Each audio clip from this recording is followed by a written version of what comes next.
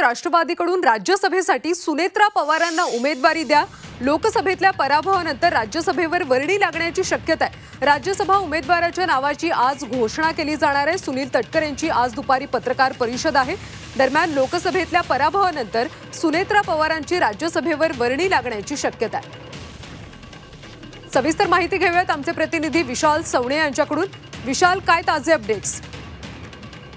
आता नुकत्याच लोकसभेच्या निवडणुका झालेल्या आहेत आणि त्यामध्ये बारामतीमधून राष्ट्रवादी काँग्रेस पक्ष अजित पवार गटाच्या ज्या उमेदवार होत्या त्या सुनेत्रा पवार होत्या आणि त्यांचा पराभव जो आहे तो झालेला आहे। मात्र त्यानंतर काही कार्यकर्ते जे आहेत त्यांनी अजित पवार यांना एक पत्र लिहिल्याचं देखील कळतंय की आता जी राज्यसभेची जी उमेदवारी आहे प्रफुल्ल पटेल यांची जी जागा रिक्त झालेली आहे त्या जागेवरती सुनेत्रा पवार यांना संधी देण्यात यावी अशा स्वरूपाचं पत्र जे आहे ते देण्यात आलेलं आहे। त्यामुळे सुनेत्रा पवार यांच्या नावाची जी आहे ती जोरदार चर्चा जी रंगलेली आहे।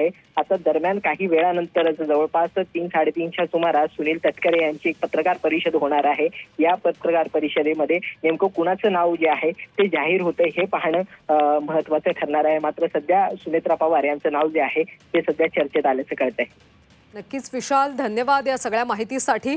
तर राष्ट्रवादीकडून राज्यसभेसाठी सुनेत्रा पवारांच्या नावाची चर्चा आहे, त्यांची वर्णी लागण्याची शक्यता वर्तवली जाते। राज्यसभा उमेदवारांच्या नावाची आज घोषणा केली जाणार आहे। सुनील तटकरे यांची दुपारी 3:30 वाजता पत्रकार परिषद होणार आहे। त्यामुळे राज्यसभेवर राष्ट्रवादीकडून नेमकं कोण जातंय हे पाहणं आता महत्त्वाचं आहे। सुनेत्रा पवार लोकसभेत त्यांचा पराभव झाला होता, त्यामुळे राज्यसभेवर त्यांना घ्या अशी मागणी होत होती। त्यामुळे राज्यसभेवर आता सुनेत्रा पवारांची वर्णी लागणार का हे पाहावं लागेल। या सगळ्या संदर्भात सुनील तटकरे यांची आज दुपारी 3:30 वाजता पत्रकार परिषद आहे। या पत्रकार परिषदेत नेमक्या कोणाचं नाव घेतलं जातं, कोणाच्या नावाची वर्णी लागते हे पाहावं लागेल। लोकसभेतल्या पराभवानंतर सुनेत्रा पवारांना राज्यसभेवर पाठवा अशी अनेक कार्यकर्त्यांची देखील मागणी आहे। त्यामुळे आता सुनेत्रा पवार राज्यसभेवर जाणार का हे पाहावं लागेल। राज्यसभा उमेदवाराच्या नावाची आज घोषणा केली जाणार आहे। सुनेत्रा पवारांची वर्णी लागते का हे पाहावं लागेल।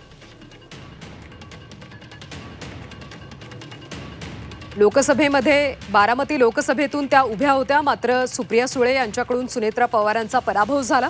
त्यामुळे सुनेत्रा पवार यांना राज्यसभेवर घ्यावं अशी मागणी गेल्या अनेक दिवसांपासून केली जाते। या सगळ्या संदर्भात अजित पवार यांनी काय प्रतिक्रिया दिली आहे ती पाहूयात। आपल्यासोबत अजितदादा पवार आहेत, आपण जाऊया थेट त्यांच्याकडे। दादा, राज्यमंत्रीपदासाठी सुनेत्राताईंचं नाव येतं दादा।